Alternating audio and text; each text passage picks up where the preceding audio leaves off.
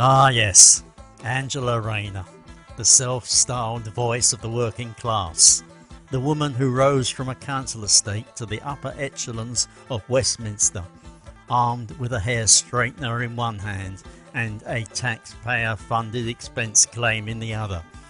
A modern-day Cinderella story, if Cinderella had a press team, a housing portfolio and a knack for dodging questions like a seasoned barrister on Red Bull. Now, before the pitchforks come out, let me be clear. I have nothing against people from humble beginnings making something of themselves. Quite the opposite. Nevertheless, when someone weaponized their backstory like a political Swiss army knife, wielding it to deflect scrutiny, silence critics and justify every contradictory policy stance under the sun, well, then I start sharpening my sarcasm. Let us begin, shall we? The housing crisis, according to Angela. In one breath, Rayner tells us there is a housing crisis. In the next, she insists there's plenty of housing. Then, just to keep us on our toes, she promises to build 1.5 million new homes while welcoming 2.5 million new migrants. Now, I am no mathematician, but even my dog could tell you that does not quite add up. When pressed on this by Trevor Phillips, who, bless him, tried to inject some logic into the conversation, Rayner floundered like a fish on a hot pavement. It was less an interview and more a live demonstration of how to dodge accountability while sounding vaguely compassionate. Furthermore, this woman just might one day run the country. Now, let us talk about her expenses, shall we? Because if there is one area where Rayner truly excels, it is claiming public money. In a single year, she racked up over £191,000 in expenses. That's £137,000 for staff, presumably to help her avoid answering questions.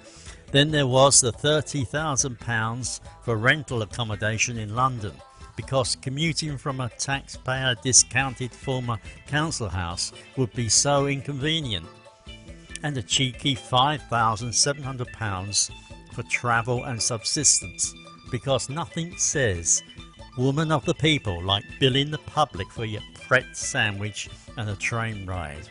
Oh, and let us not forget the £351.32 she claimed for gas and electricity, because apparently the woman who lectures us on inequality cannot quite manage to pay her own utility bills without dipping into the public purse.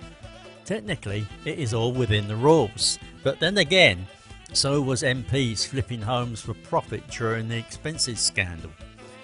Within the rules does not mean morally sound, it just means the rules were written by people like her.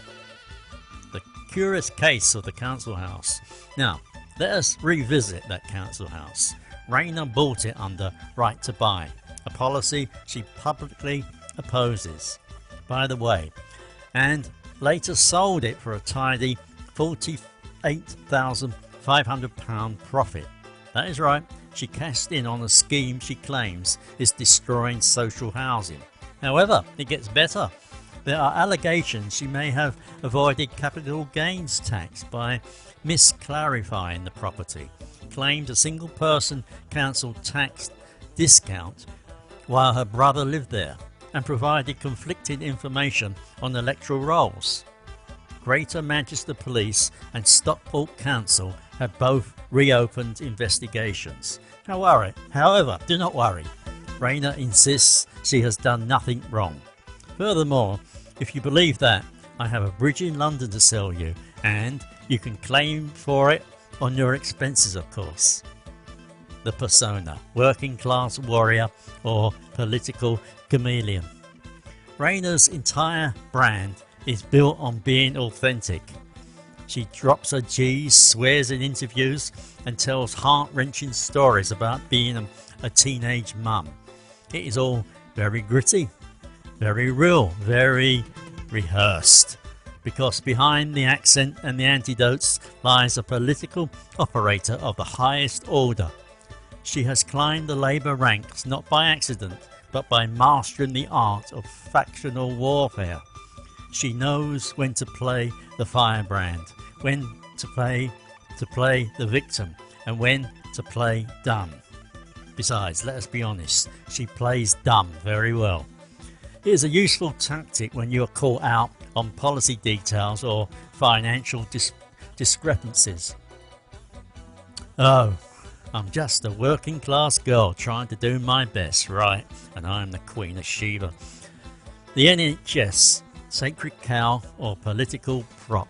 Rayner loves the NHS. She talks about it as if it is a family heirloom.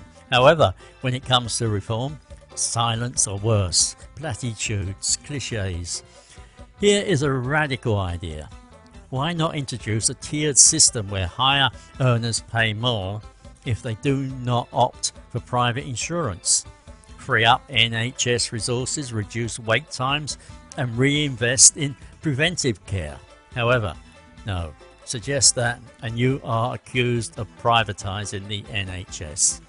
Rayner would rather preserve the illusion of a one-size-fits-all system than admit it is buckling under its own weight.